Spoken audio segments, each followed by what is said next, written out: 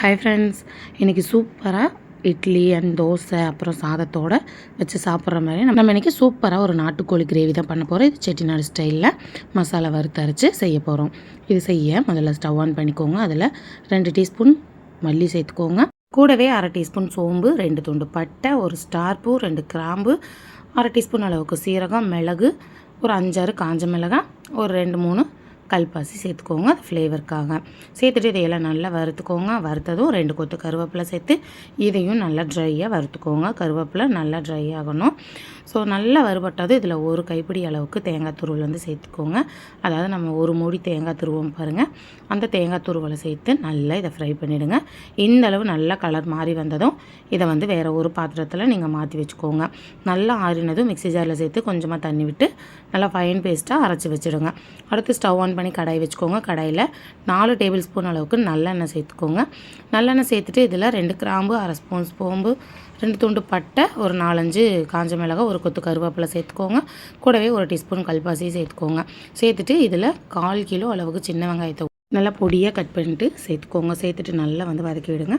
சின்ன வெங்காயம் நல்லா கலர் மாறணும். இந்த அளவு கலர் மாறினது 2 தக்காளியை நல்லா பொடியாக கட் பண்ணிட்டு சேர்த்துக்கோங்க. சேர்த்து நல்லா வதக்கி விட்டுடுங்க. தக்காளி ஓரளவு நல்லா வதங்கி வரட்டும். தக்காளி வந்து நல்லா மசிஞ்சு வர அளவுக்கு வேக விடுங்க. தக்காளி நல்லா வதங்கினதும் இதில் நாட்டுக்கோழி வந்து சேர்த்துக்கோங்க. நாட்டுக்கோழி நான் 1 கிலோ, எனக்கு 1 கிலோ அளவுக்கு நாட்டுக்கோழி எடுத்துருக்கேன். அதை நல்லா வாஷ் பண்ணிவிட்டு மஞ்சள் தூள் போட்டு நல்லா 2-3 டைம் வாஷ் பண்ணிவிட்டு சேர்த்துக்கோங்க. சேர்த்துட்டு நல்லா ஒரு முறை கலந்து விட்டுடுங்க. கலந்ததுக்கப்புறமா நல்லா தாராளமாக 1/2 ஸ்பூன் அளவுக்கு மஞ்சள் தூள் சேர்த்துக்கோங்க. கூடவே வந்து இஞ்சி பூண்டு பேஸ்ட் வந்து 1 டேபிள் ஸ்பூன் அளவுக்கு சேர்த்து நல்லா மிக்ஸ் பண்ணி விட்டுடுங்க. இஞ்சி பூண்டோட பச்சை வாசம் போக நல்லா கலந்து விட்டுடுங்க. 1 டேபிள் ஸ்பூன் அளவுக்கு கல்லுப்பு சேர்த்துக்கோங்க. சேர்த்துட்டு நல்லா இதை கலந்து விட்டுடுங்க. நல்லா கலந்து விட்டு மூடி போட்டு நல்லா கொதிக்க வச்சுக்கோங்க. அதாவது நல்லா வேக வச்சிங்கன்னா இது போல் தண்ணி வந்து அதிலேருந்தே வெளியில் வரும். அந்த தண்ணி வத்துற அளவுக்கு வேக வச்சுக்கணும்.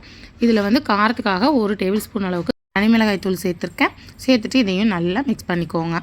இப்போது நம்ம ஏற்கனவே வறுத்து அரைச்சி வச்சுருக்க அந்த மசாலாவை வந்து சேர்த்துக்கோங்க. சேர்த்துட்டு இதை நல்லா மிக்ஸ் பண்ணிக்கோங்க. இதுக்கு வந்து தேவையான அளவு தண்ணி வந்து சேர்த்துக்கோங்க. ரொம்ப தண்ணியாக வைக்காதீங்க. நம்ம கிரேவி தான் பண்ணுறோம். ஸோ அதுக்கு தகுந்த மாதிரி நீங்கள் தண்ணி வச்சுக்கோங்க. இப்போ தண்ணி குழம்பா வேணும் அப்படின்னா நீங்கள் தண்ணி நிறைய வச்சுக்கோங்க. இது கூட இட்லி வச்சு சர்வ் பண்ணுங்கள், அட்டகாசமாக இருக்கும். ஸோ இப்போ தண்ணி சேர்த்து நல்லா மிக்ஸ் பண்ணி விட்டுடுங்க. நல்லா மிக்ஸ் பண்ணிவிட்டு உப்பு செக் பண்ணி பார்த்துட்டு கொஞ்சம் போல் பத்தலைன்னா உப்பு போட்டுக்கோங்க. போட்டு நல்லா ஒரு முறை கலந்து விட்டுடுங்க. நல்லா கலந்து விட்டுட்டு இதை வந்து மூடி போட்டு நம்ம வந்து ஹை ஃப்ளேமில் வச்சு ஒரு 5 நிமிஷம் நல்லா கொதிக்க விட்டிங்கன்னா கோழி வந்து நல்லா வெந்துடும். அதாவது ஒவ்வொரு கோழி வந்து வேகிறதுக்கு லேட்டாகும், ஒவ்வொரு கோழி வந்து சீக்கிரமாக வெந்துடும். ஸோ அதுக்கு தகுந்த மாதிரி நீங்கள் பார்த்து இதை வேக வச்சுக்கோங்க.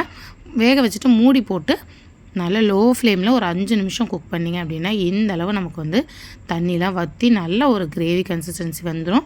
ஸோ இந்த ஸ்டேஜில் நம்ம வந்து தேவையான அளவு கொத்தமல்லி இலை தூவிக்கலாம்.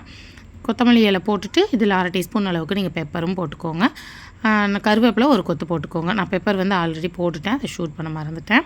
ஸோ சாரி, நீங்கள் வந்து பெப்பர் சேர்த்துக்கோங்க.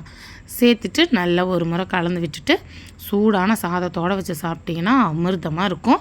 அதோட இட்லி, தோசை, இடியாப்பம் இந்த மாதிரி நீங்கள் எது கூட வேணாலும் சர்வ் பண்ணலாம். பரோட்டாவோட வச்சு சர்வ் பண்ணலாம்.